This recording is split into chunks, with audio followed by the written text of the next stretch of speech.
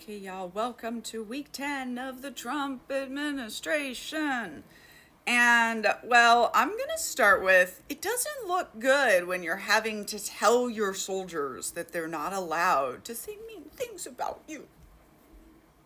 So, Donald Trump reminded people about Article 88 of the UCMJ, which has always been there. Many of you all have asked me about it, right? Like, oh, what does it mean? He's invoking.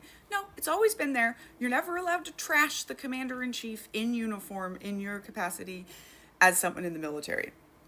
They can do it when they are off duty, I'm pretty sure, and there's probably nothing they can do about it. But in uniform, if you're wondering why you feel like everyone in the military is MAGA, it's because they're not really allowed to identify themselves as military and then identify themselves politically. Now, of course, if they're supporting the tyrant in chief, they're going to, because no one's going to get them in trouble. But when you have to come out and remind people that they're not allowed to say mean things about you, I don't think you're winning. I think he's a bully and he's trying to control people, and military generals are going to show him a little bit what's up. All right. We've kind of settled things down. I've talked to y'all a bit about rapture culture and apocalypse panic. And I've actually decided I've needed to take a little bit of distance from talking about politics to all of you on a daily basis, because honestly, the freaking out is very privileged and very triggering for me. I grew up in some of the worst situations you can experience. Everything that everyone is afraid of right now, people are living through it right now, some of them even in this country. So the absolute freaking out is very, very privileged. You can still go out on your street and do the same shenanigans that you could do 10 weeks ago. Things are slowly getting bad, but also the way I feel in week 10, y'all, is welcome to the slow, boring work of politics.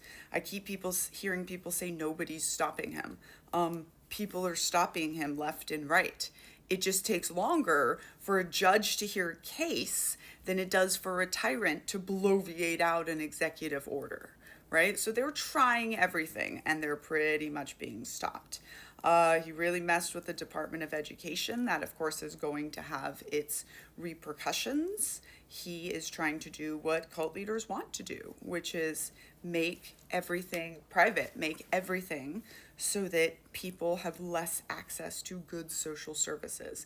And of course, helping education go private hurts many, many children. And here I'm going to say that banning homeschooling is one of the biggest protections that most modern nations give their children. We have never done that because children are the most oppressed class in our society, and America was not built to protect children. In fact, I don't believe that America was built to operate without slave labor, and that's something that is still going on in the cult of capitalism. We're always just trying to figure out where we're going to get more free labor from. And this is part of why I believe conservatives always want to take us backwards, to those good old times when there weren't labor laws protecting women and children.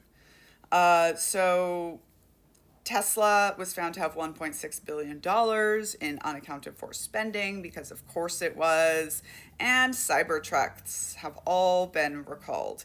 And I think it's going to be really fun to just watch Elon Musk fall from grace, because nobody went out there and made him become the most hated person alive. He did that all by himself. Canada is also investigating Tesla for fraud, and I think it's going to be really, really fun to watch Felon 47 and Elonia discover that they do not, in fact, run the world. So time is running out for Elon, in my opinion. Of course, from the beginning, I said there was no chance these two were going to be talking by Christmas. I still maintain that, and just about everything else that I have predicted. Some of you keep coming up with these things that they've done and saying, oh my God. And my response is, I've been telling you he wants to be a co-leader and a dictator tyrant since 2015. He's going to try every check and balance of America. I think what we're seeing is that America is going to hold. But the repercussions are going to last forever. I think this is part of rapture culture here that we see on the left, is people wanting to have this very easily markable, like, now we're in a civil war, or now we're under martial law, or we're having a revolution. And then that's like probably not what's going to happen. Our country is just going to slowly start looking more and more and more like dictatorship era Latin American countries. And we are already well on the way to that. We've seen them detain some American citizens, and a Canadian woman who was here on a visa was detained for almost 2 weeks, which is very, very, very disturbing.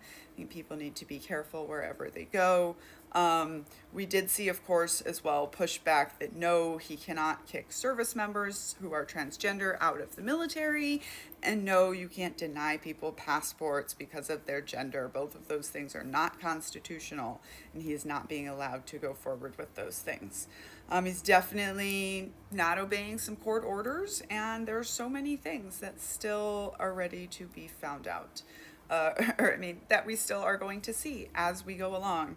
It's been a weird, interesting space of like my universe colliding.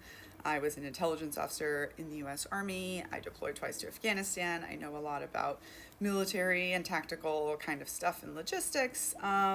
Not that much about government, but I do know a lot about cults as a scholar of cults, extreme groups, and extremely bad leaders and tyrants. And just so you all know, totalitarian nations, which he is trying to create, are a type of cult. Also, rarely, never has a country gone in the modern world from democracy to dictatorship without the dictator owning the military, which I sincerely, sincerely do not believe is the case here. And oh, by the way, they just named a fighter jet F-47, and you can choose to see that in a number of ways. But I'm choosing to see it as some people there saying F-47. You can get my book, Uncultured, about growing up in the Children of God religious cult and going into the cult of the U.S. Army, if you're watching this on YouTube, attached here.